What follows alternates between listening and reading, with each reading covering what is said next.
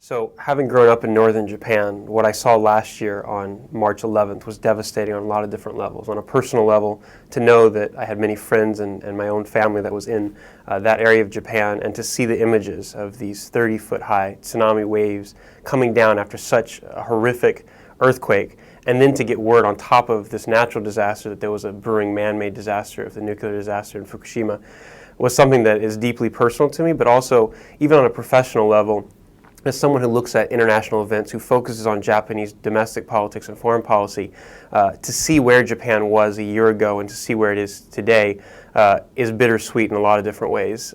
Clearly, the Japanese nation, the Japanese people have recovered from this horrific incident that will go down in history as one of the worst tragedies that we've ever seen.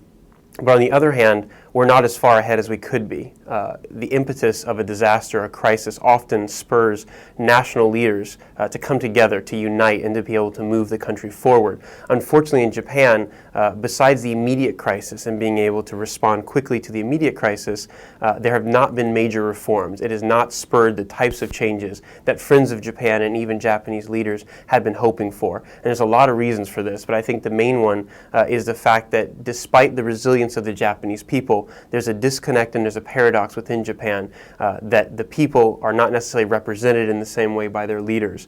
Given the fact that we've had over 6 prime ministers in the last 6 years alone, the Prime Minister Khan, who began the natural disaster, was replaced shortly thereafter as a result of his handling of the crisis. There's not been one consistent leader or even a face that we can point to in Japan, and really it's much more of an unnamed Japanese people that have been recovering in the shadows that we've seen.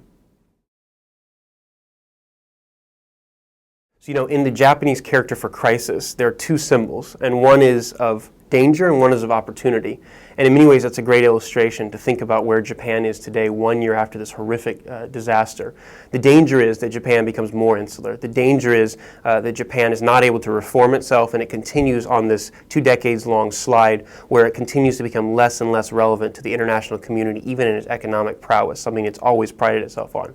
On the other hand is opportunity. And the opportunity for Japan as it reaches a crossroad is to take this natural disaster and the human disaster that was caused on March 11th and to be able to realize that it's part of a much larger global world in which it's not just a leader in Asia, it's a leader of the developed world. And if Japan is able to recover and come out of the worst disaster in its entire history, that this gives hope for all of us as we look towards the future, towards what type of world we're trying to build in both terms of free trade potential, but also in terms of what type of political leaders we expect in the near future.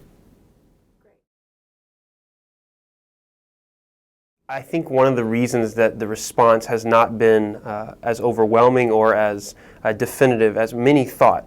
After a disaster of this scale, when you look at different countries' reactions, for example, the United States after September 11th, there was an immediate and swift reaction. It didn't matter you were Republican or Democrat. Everyone supported President Bush. Everyone was an American. Everyone wanted to respond and come together. And in Japan, the people of the Tohoku region that was most directly affected engendered the most sympathy we've ever seen, both from the Japanese people, but from all around the world. And as these people were suffering in silence and were able to there was no chaos, there was no looting, the very fact that they're suffering through one of the worst winters they'd ever had in March, and at the same time in Tokyo, it was business as usual. This complete contradiction between the two.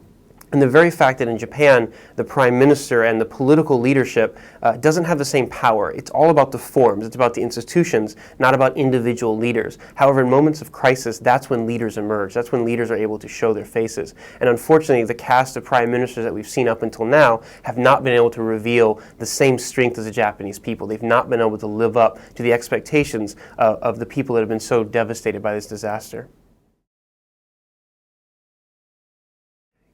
Sitting 1 year after the great Eastern earthquake, 3.11 as it's called in Japanese, just like we think about 9/11, I think it's going to be remembered for not just a natural disaster. There have been a lot of natural disasters in Japan. Japan is an island nation that's right on the fault lines of tectonic plates. There will be many more earthquakes to come. But I think it's going to be remembered for the series of mistakes that led to some of the larger consequences of this nuclear disaster. And the implications of that nuclear disaster for Europe and other developed nations in the world is going to resonate far beyond. I wish I could say that this would be remembered as the moment at which Japan came to a crossroads. It looked over the precipice of what it was it was heading towards. Over 2 decades of slow economic growth, trending of demographics that are going down and down, where the Japanese people were able to look at this disaster and were able to recover and to change course. But it's too soon to tell, unfortunately. And I think one of the challenges that we have in Japan today is that this crisis has broadened in one way.